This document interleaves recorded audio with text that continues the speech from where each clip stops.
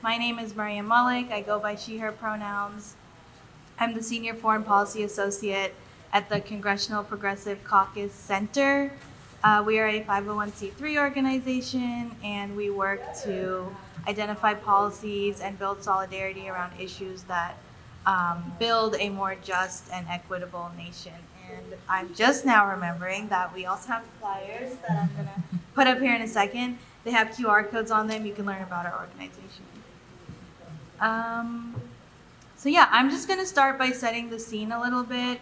Going to throw some numbers at you, not too many, but I do want to just give context on our federal budget and just provide some background information. So the Pentagon budget is massive. Over half of our federal budget goes directly to the Department of Defense.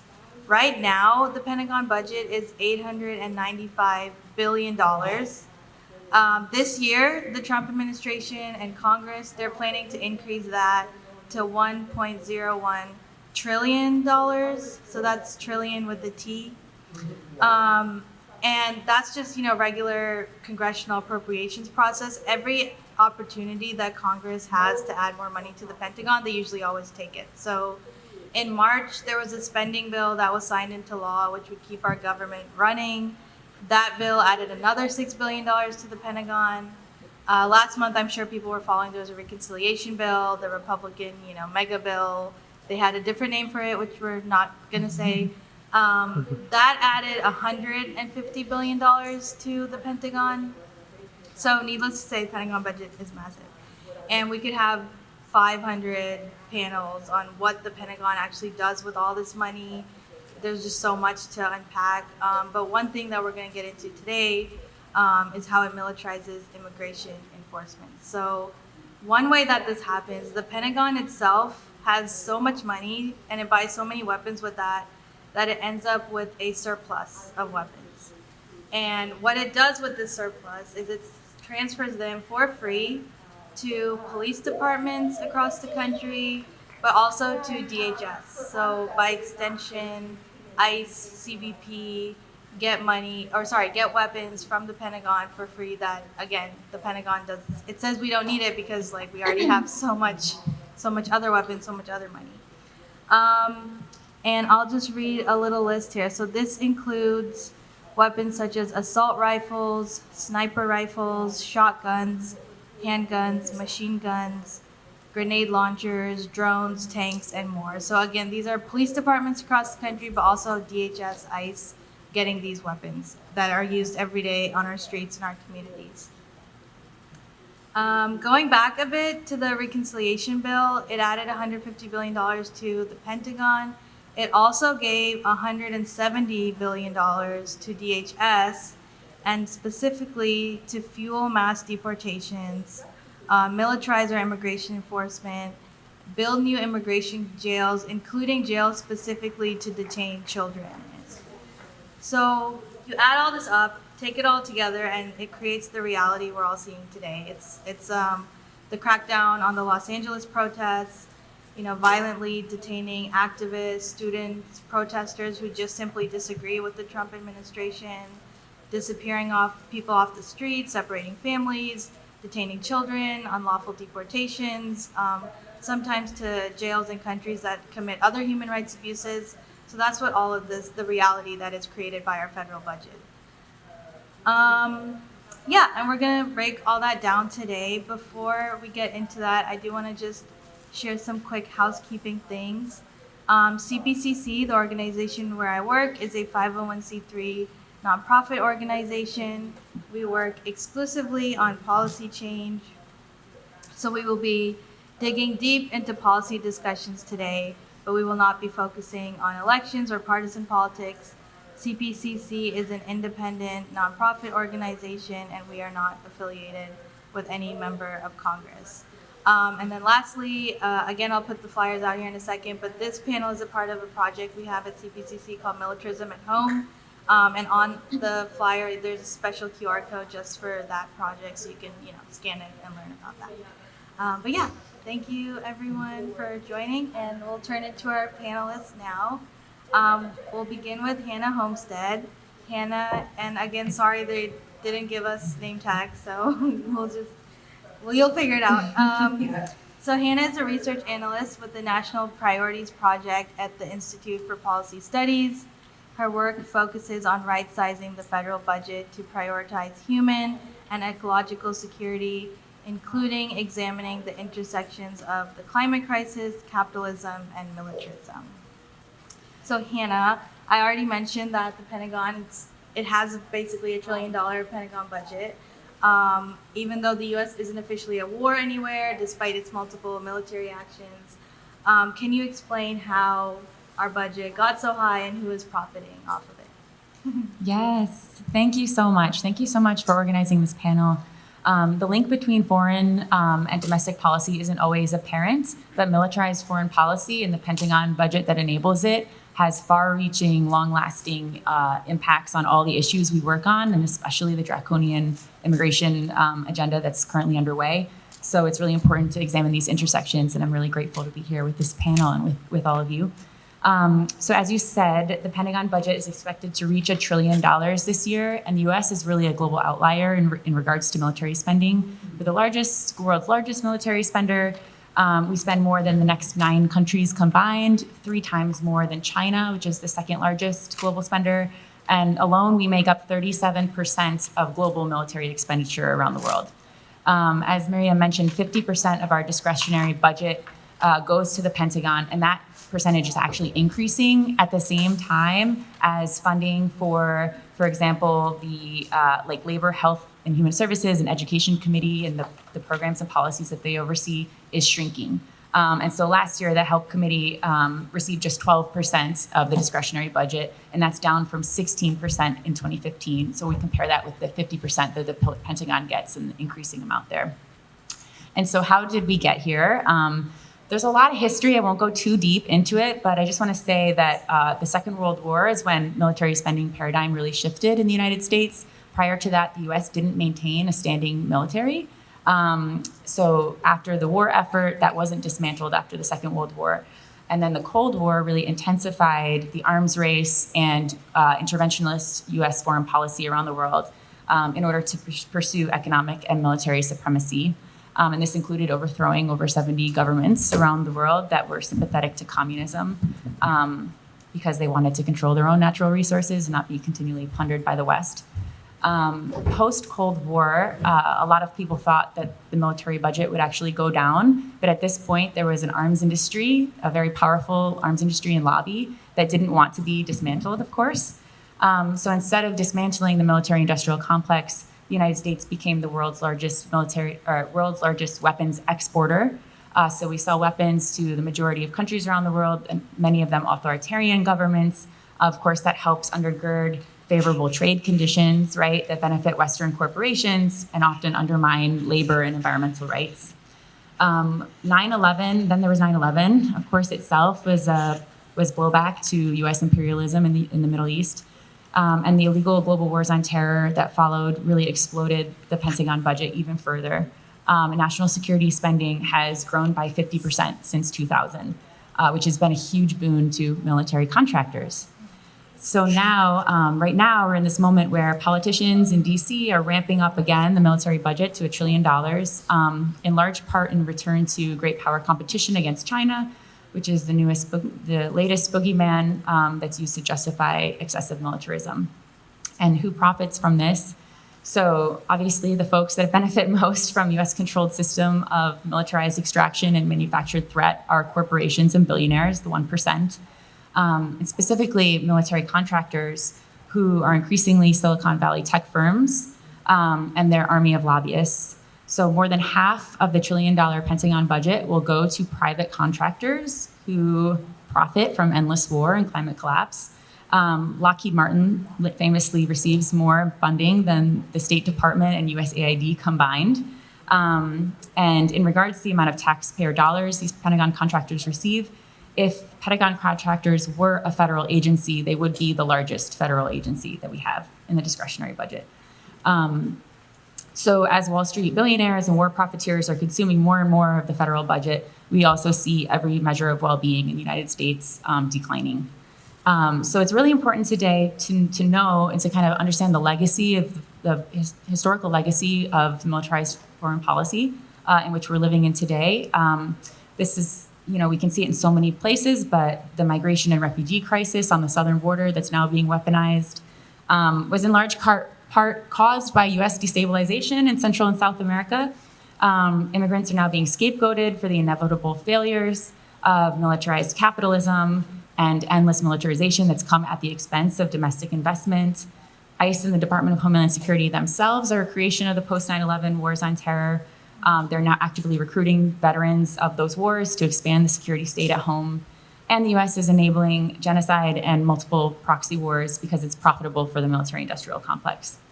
At the same time, this military-industrial complex is being turned inwards to silence and punish internal dissent of these exploitative systems. So it's really critical, again, to just notice that the genocide, our government's funding of Palestine, and the security state we're expanding here at home is part of the same, they're both elements of the same racialized, coercive strategy to destroy indigenous people and to keep people divided and subordinated to US capital and empire. And so it's really important to think about how these issues intersect and speak about the real human impact of them. Yeah. So when we're increasing Pentagon spending, what we're doing is just increasing their profits, and that's it. It's no benefit beyond that. All right, so we'll turn it over now to Melissa Adamson. Melissa is a senior attorney at the National Center for Youth Law. As counsel on the Flores case, she represents all children detained in federal immigration custody and monitors the government's compliance with the Flores settlement.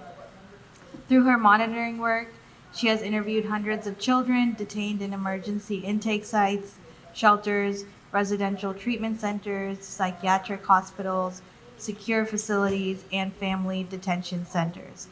Melissa also works on federal and state policy advocacy on behalf of detained immigrant children. So Hanna has explained the Pentagon contractors that profit off of our excessive militarized spending, but can you talk about DHS contractors like Geo Group and CoreCivic that also profit off of our militarized budget? Sure. And hi, everybody. Thanks for coming today. So I've seen how immigration contractors profit off of immigration enforcement in the children's space. And really what I want to highlight is the impact on the kids is harm, because immigration contractors do not have child welfare expertise. They don't know anything about child development. They're not trained to take care of kids. And so when they're involved, the only outcome is that kids get hurt. So a little bit of context on how our government detains children, because not a lot of people have insight into that system. There are not a lot of protections for detained immigrant children, but the main source of those protections comes from a case that my organization filed in the 1980s. It was called Flores, and it ended up in a settlement agreement in 1997. And that 30-page document from 1997 is still today the main source of protections for immigrant children that our government chooses to detain. Because it is always a choice when our government detains a child. They don't have to do that. And what the settlement requires is that it's very basic. When the government detains kids, it has to do so humanely, in safe and sanitary conditions, and preferably in a place that is licensed to actually care for children. It gives our counsel team the ability to, as Mariam previewed, monitor facilities, go in and interview kids. And so my experience with these contractors comes from years of watching the government use these contractors to transport kids around the country from the border to different facilities, and also use these contractors to actually be the ones detaining the kids themselves. Mm-hmm. So a couple examples of this in 2020, in March of 2020, when COVID was just emerging, the Trump administration used Title 42 as a pretext to close the border to all incoming asylum seekers. So the border was closed at that point, and that meant to kids as well.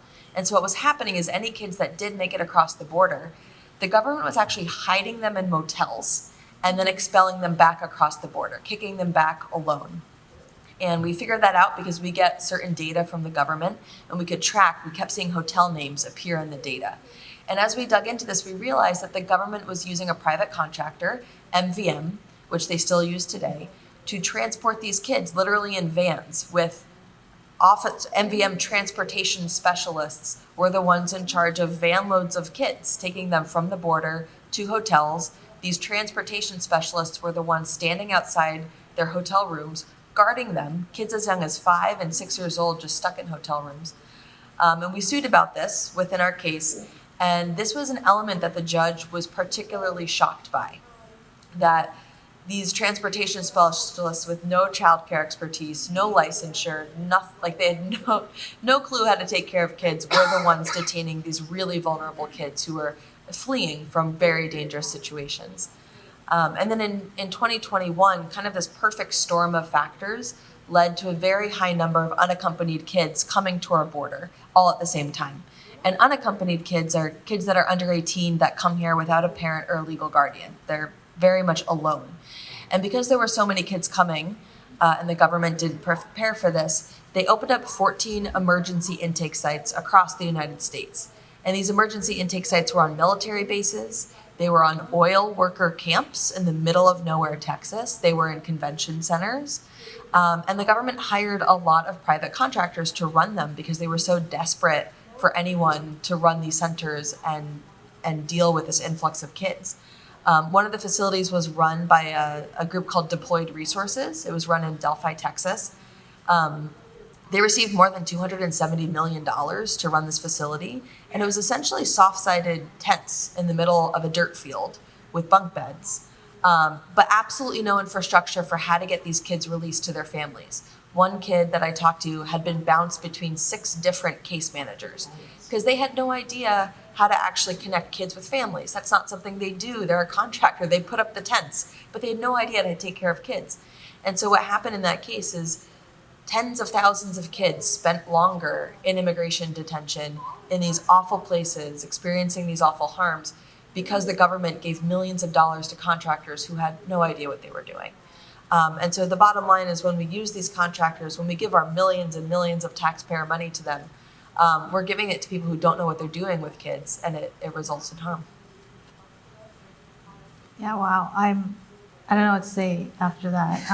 MVM, Transportation Services, sounds like, something you need to move people around at your wedding or something, but not what it is actually used for. Thank you. It was a very powerful update.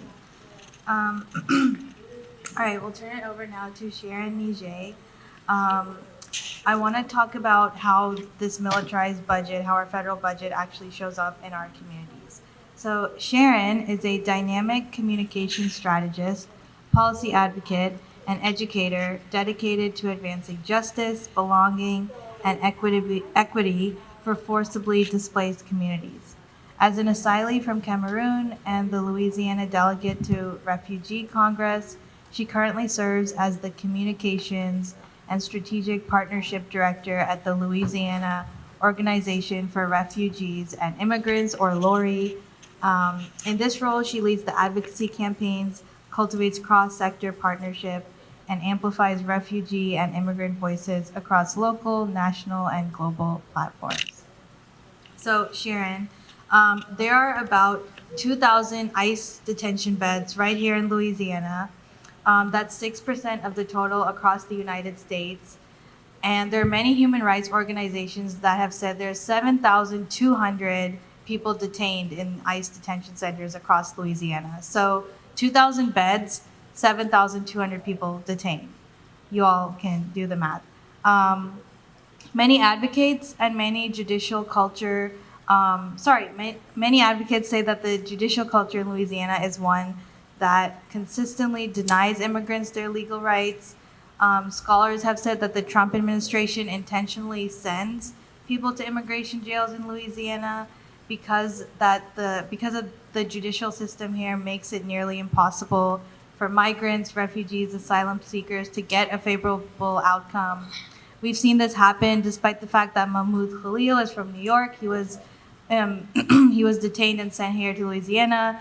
Despite the fact that Ramaisa Ozturk is from Massachusetts, she was detained and sent here to Louisiana. So Sharon, could you share more about the experiences that immigrants face here in Louisiana, and do Louisiana's elected officials impact immigrant rights? Thank you so much. Good morning, everyone. I hope you're all doing great today. Sorry, good afternoon. Coming from a French country, you say bonjour, so it's still morning for us. But however the case, you all have stated it clearly and how the budget works. But Louisiana actually is a testing ground. It's a testing ground for judicial hostility. Whatever happens in Florida or Texas is replicated here because of who our representative is, who our governor is. However the case, we have seen, like you just mentioned, 3 times the size, or more than 3 times, the beds. That is the population of people in detention in Louisiana, over 7,200. And there's still conversation of expanding, recently, of even expanding immigration detention in Angola. Now, these conversations are being had. Who profits from it? We should ask ourselves those questions. Why do we need to have more people in jail rather than build our economy? These are challenges we get to see. I, for one, I was nearly jailed for a car accident. Have you guys ever heard anyone in a car accident taken to jail for an accident that you were hit, and yet you were victimized, you were racially profiled, and you were the one told you were going to go to jail for a car accident? Now, these are the realities of our lived experience. Louisiana elected officials actually can get to dismantle the system, but too often they uphold it. And that's why we have local organizing, and accountability is very critical. We need to do a collective work. It will take all of us, because if it affects one of us, then it affects all of us, except we are prioritizing politics over humanity. Now you have to make a choice with your conscience. Where do we stand as a people? Do we all want to live in the era of slave trade? Those are critical questions we want to think of. This is a real life experience, and I believe I will share more detail into that story as we go further in the session. Thank you. Thank you. And I mean, I just don't have any words to respond to what everyone is saying, but yeah, it just shows you how our whole system is set up not to care, not to be in community, not to take care of each other. It's all just to militarize our entire livelihoods for people to make profit and for the status quo to remain, basically. So thank you, all of you, for highlighting that. I'm going to turn it back to Melissa. You've already touched on this, but you know, one of the most tragic aspects of our militarized immigration enforcement is the reality that it creates for our children. So can you talk about more of this reality and how children's lives and families are affected with this? Sure. So if, immigration is very much in the news now and has been for a long time.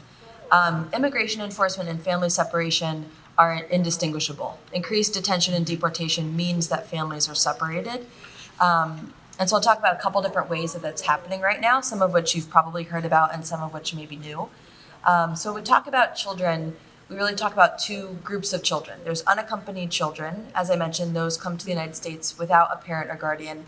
And then there's family units, and those are children with parents or guardians. For unaccompanied children right now, when they do come to the border, they have, as they have always been transferred to the Office of Refugee Resettlement, or ORR. And that's the agency that is in charge of their custody, although they would say care. And their job is to hold that child until they can find a sponsor. Usually it's a parent, usually it's a family member, someone in the United States that can take care of that child. But what's happening right now is the Trump administration has made it essentially impossible for unaccompanied children to be released to a sponsor that is undocumented. They've put so many barriers in place that children's length of time in detention has increased 5 times over since October. Right now, family units coming to the border, they're being detained by Customs and Border Protection, that's CBP. If you've seen media about kids in cages, those are the types of facilities. And then they're sent to the ICE Family Detention Center in Dilley, Texas. I was just at Dilley in June interviewing children and families. That facility is run by CoreCivic. That's another private prison contractor. They recently received $289 million to run the Dilley detention facility. And what children and families told me about their experience living in that facility is, it's a prison, right? They feel like the water makes them sick, so they don't drink it. So you have toddlers exclusively drinking juice for weeks and months on end. There's very little for children to do there, so they become hopeless and listless and depressed as the time goes on and on. Staff members treat them horribly. Again, these are core civic employees. They yell at them, they threaten them, children are terrified. One toddler, I was interviewing her mother while the toddler was drawing in the room, and at one point in the interview, the child just stopped and looked at me, and she said, "There are monsters here." And I asked her, "What do you mean there are monsters here?" And she said, "They're all wearing green shirts and they're outside, those are the monsters." And her mom told me that she's never talked about monsters until we were sent here, and those are the staff, because the staff scream at her. So family detention is an entity that should be entirely abolished, and again, it's run by private prison contractors. And then right now, if a child who lives in the United States, if their parents are detained or deported, and for some reason that child isn't also detained, let's say that child's a US citizen or they have some other form of status, that child could enter the state foster care system if there isn't somebody else to take care of them. Or they're putting parents in the absolutely impossible decision of taking their children with them when they're forcibly deported, even though that child might be a US citizen and not have status anywhere else. So there's so many different ways that immigration enforcement really tears apart families. And the vast majority of these families don't have lawyers, and they don't have access to legal advice. So they're put in these impossible situations without any guidance, any help, which is exactly the point. Because if people have lawyers, if they have guidance and help, it gums up the system. It makes the system go slower. It means people could actually actualize their rights. And so that's what happens when you turbocharge an immigration system. Yeah, so it sounds like organizing is very key. People need to know their rights, and we need to be looking out after our neighbors and our community members. Thank you, Melissa. So I'm going to turn back to that reconciliation bill I brought up, the Republican mega bill. Let's break down what it actually means for immigrant families. I'll turn it back to you, Hanna. How much is the Pentagon getting off of that bill? How much is DHS getting? And what reality is all this going to create? I'm so sorry to say it is really bad. It's really bad. The MAGA reconciliation package truly stacks the decks against struggling communities to continue building a war and mass deportation and honestly child trauma machine. And it contains the largest transfer of wealth from families to billionaires and war profiteers in US history. So the reconciliation bill gave the Pentagon $156 billion, a boost on top of the, as Mariam mentioned earlier, the $895 billion that the Pentagon will receive through the annual appropriations process. So this spending is going to push the overall Pentagon budget over $1 trillion. This $156 billion boost through reconciliation is more than the GDP of 122 countries. It contains a ton of stuff, $25 billion for bombs, missiles, and munitions that again are used in genocide and wars around the world. A $25 billion down payment on Trump's unfeasible Golden Dome project, which is just essentially going to funnel public money to Elon Musk and other Pentagon contractors again. $16 billion for drones and new AI weapons, deeply disturbing. These are going to further enrich Silicon Valley tech companies, make war more deadly, and of course, like some of those will be turned on us here within the belly of the beast. And again, $1 billion for the Pentagon to help facilitate this really disastrous, inhumane mass deportation agenda. The Department of Homeland Security actually received even more, $170 billion through reconciliation. Just again, some of the numbers: $52 billion for the construction of the border wall, $45 billion to expand the detention facilities that we just heard about, $30 billion for ICE, to hire more ICE agents and do more immigration enforcement and family separation. $2 billion for border processing, and this is especially for unaccompanied children, which we just heard, so another $2 billion investment of taxpayer money for unaccompanied children. And these are really historic increases that really catapults our militarized immigration enforcement budget into it's even bigger than the military budgets of most countries, right? So this is absolutely unbelievable. Of that, the $170 billion, $18 billion will go directly to local law enforcement. So the whole 170 is militarizing our courts and our communities, but $18 billion is specifically going to local law enforcement. That's through reimbursement funds for states that are building the border wall. It's to employ local government officials to essentially hunt down workers and families for deportation. There's money to compensate local governments for incarcerating non-citizens. There's millions for federal law enforcement training centers to onboard new local border agents. Just some real quick key takeaways. The bill is exacerbating our already over-militarized federal budget. In 2024, we spent 4 times more tax dollars on the Pentagon than the Department of Education. The 107, yeah, we can go on and on about that. But essentially, we can't pay teachers in this country, but we can afford to hire 10,000, new border agents with 6-figure salaries and $50,000 signing bonuses with student loan forgiveness. So this is, again, choices, as was mentioned. The bill hyper-militarizes domestic law enforcement, again, through some of the programs I talked about, expanding ICE's ability to deputize local law enforcement, repurposing military bases, about Alligator Alcatraz and others, transferring military weapons, as Mariam mentioned, through the 1033 program, and also funding tech contractors, who many of them are already DoD contractors, right? Like Palantir and others, to weaponize federal data and to continue to terrorize family, and increasingly the people that are standing up to defend them. So ultimately, under the guise of enhancing national security, this bill really exacerbates all the threats that working families and communities are facing in the United States: poverty, extremism, climate change, and really bakes in continually higher Pentagon spending because Congress is not likely to reduce the budget. It's going to only go up and up.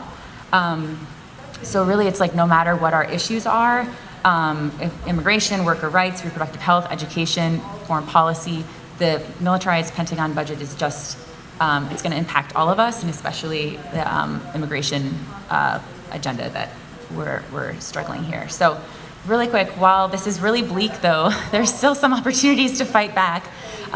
So this fall, Congress will be negotiating and voting on the appropriations bills to fund the annual budgets of DHS and the DoD. And they'll also be authorizing the National Defense Authorization Act, which sets policies for how the Defense Department can spend its budgets. So there are some ways to contact our local reps and try and fight back through the policy route. Yeah, thank you so much, Hanna. And it's interesting how easy it is for DHS, DoD to be progressive. They can give you student loan forgiveness, they can give you housing, they can give you health care if you just sign up for the military, if you sign up to become an ICE agent. But when everyday Americans want that, there's not money for it. So, interesting point. I'm glad you brought that up. Sharon, gonna turn it back to you. And I want to move this conversation to who is actually harmed with our militarized immigration system, and I want to focus specifically on people of color and their experiences. We can't deny that the reason our immigration enforcement is so militarized is because of the racism that has been in this country since this country was founded. So can you talk about the racism, racial profiling that exists in our immigration system, and is this a systemic issue? First, I would like to say that racism isn't a flaw. It's a feature of how the immigration system was built. And from the Chinese Exclusion Act to today's treatment of black and brown migrants, there's a systemic bias that runs deep. We get to see it all the time. Programs like 287G gets to empower profiling, giving police the right to act as ICE. In my case where I had an accident, I wasn't asked a single question when the police came to the scene. I was hit by a white lady. My car went total. I almost lost my life. Airbags came out. I was found in a building with fumes of the car coming out. And I was rescued by the community, and all I could think of was, please, could they call the police and can we go check on the lady? She had a big tundra, nothing happened to her, and she gave me a nice, beautiful hug and said, "It's okay, baby." And when the police came on the scene, the scenario I saw was exactly what happened to George Floyd. The only difference is that I'm telling the story today. 4 white policemen didn't ask a question. What they saw first was my skin color. They didn't even hear me talk. They didn't ask a question. I repeat that. All they could do was put me in cuffs and repeated over 12 times, you're going to go to jail, without a single question.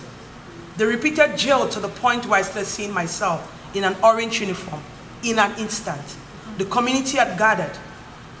The people who rescued me were even without shoes. They had run out of the house to come rescue me because the car was almost exploding.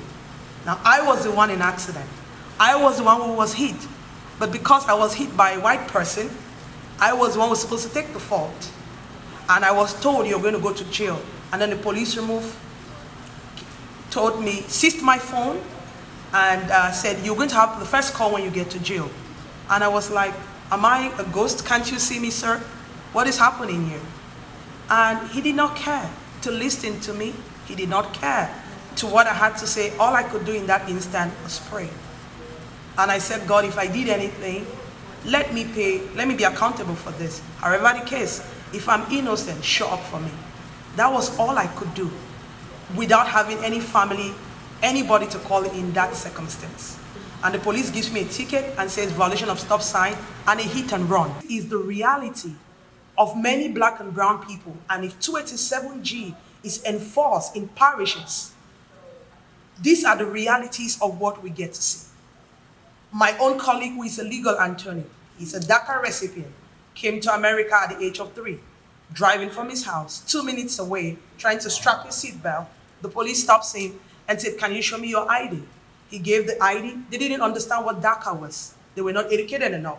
And the first thing that came out of his mouth was, this is a customer for ICE. The guy sounds American, he looks white, just from Jordan, and the police was already thinking about calling ICE on him.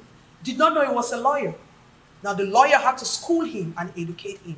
Now what if it was somebody who did not speak English? I come from a country that we speak many languages. English is not my first tone, but you can see how polished I am in the language. Now what if I couldn't speak English? What of my Hispanic brothers and sisters who can't express themselves probably in English? What do you think will happen? They will add to the 7,200 numbers that we have in the detention center. Let's think about that. The system wasn't broken, it was built this way. And we must dismantle it with intentional collective actions. It will take all of us. Thank you.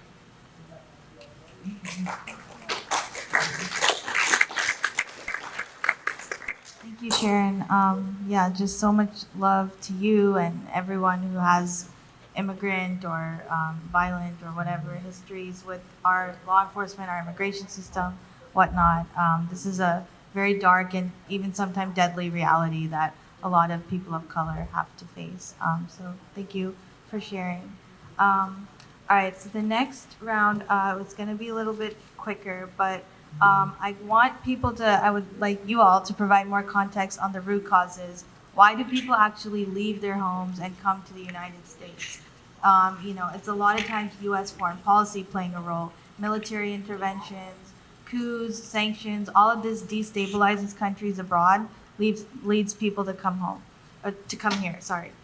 So Melissa and Sharon, if you all could just in 2 minutes, 2 to 3 minutes, explain, what are some of the root causes of immigration? What are stories that you've heard? How about Sharon, why don't you go first? And then Melissa. First of all, as an immigrant myself and as an asylee myself, people don't just migrate.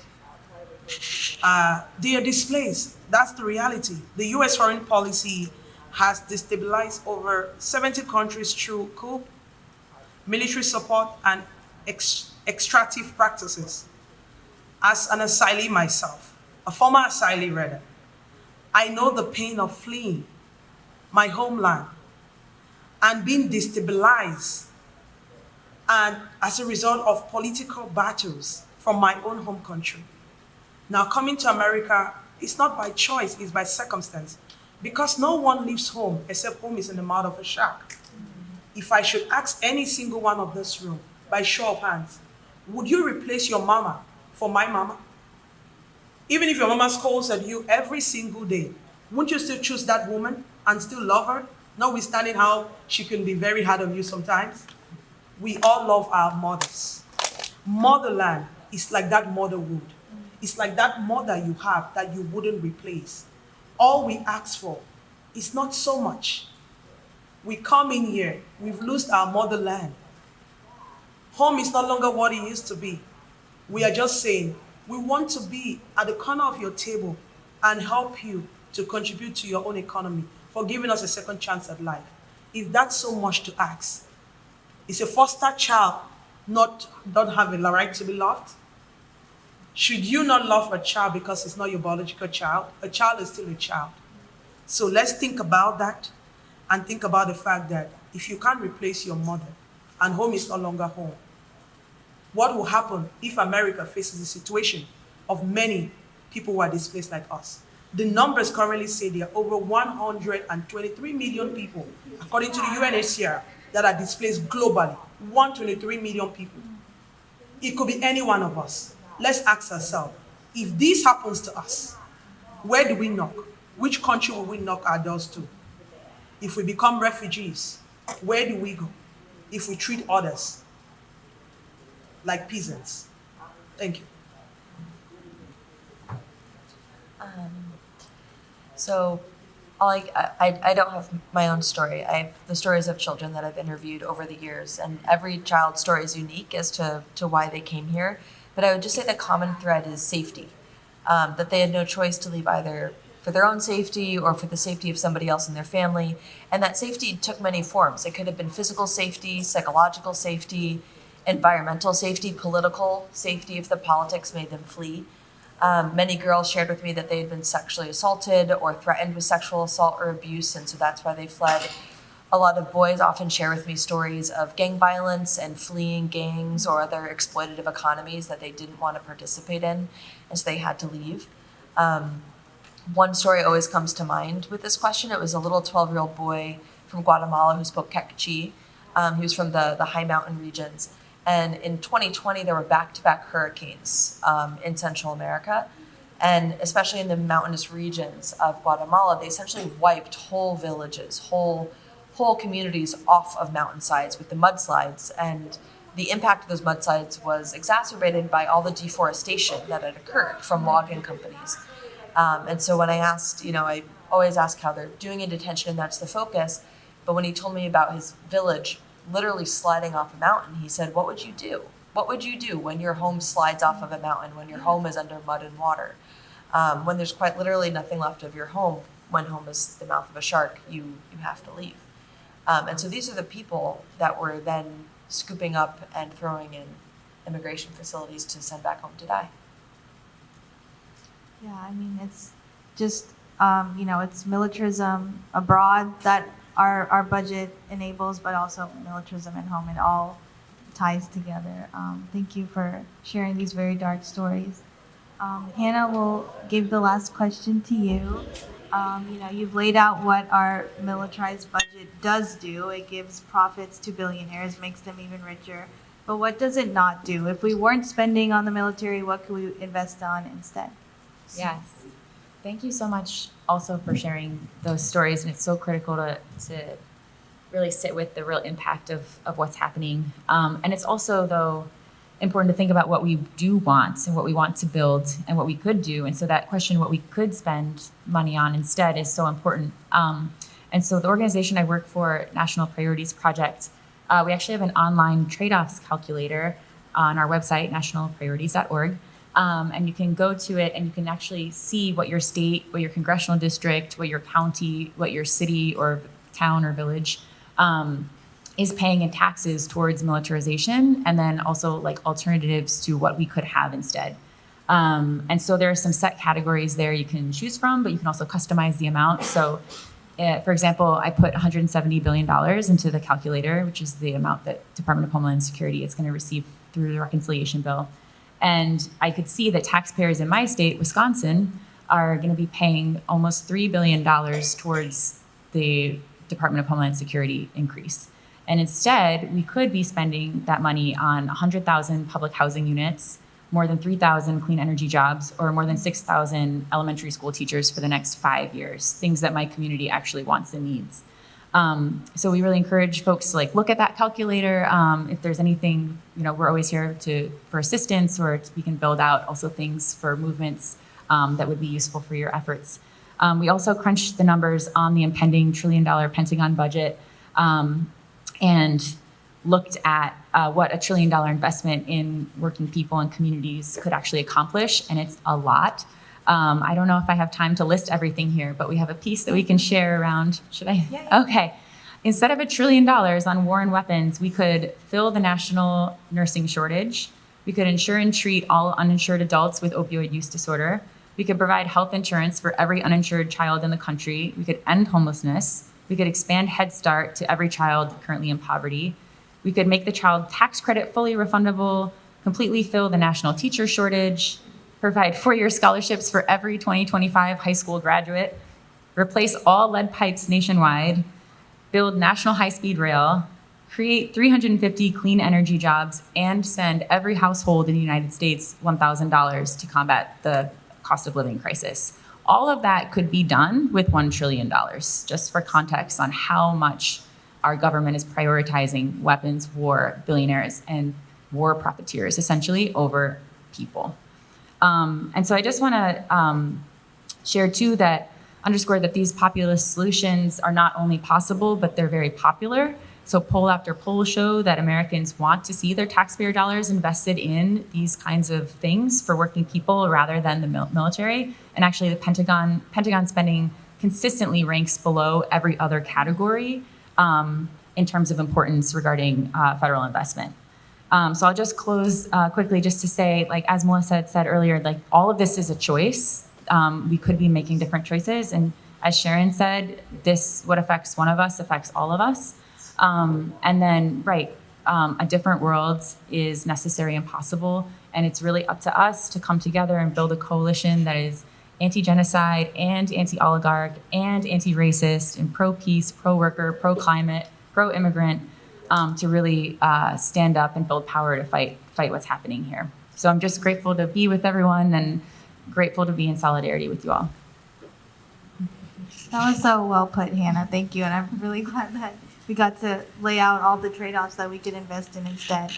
And just to kind of build on that point, budgets are moral documents. It's a chance for you to show what your priorities are. So if over half of, as Hannah and Melissa and Sharon have laid out, half of our budget is going to war and to immigration enforcement and militarism, not enough for labor rights, not enough for education, housing, healthcare. So what are our priorities then? What is that telling you? And so we really hope that folks, you take what you have learned here, talk to your friends and family about it. You have a great network, I'm sure, so please amplify and share this message. And thank you to our panelists as well.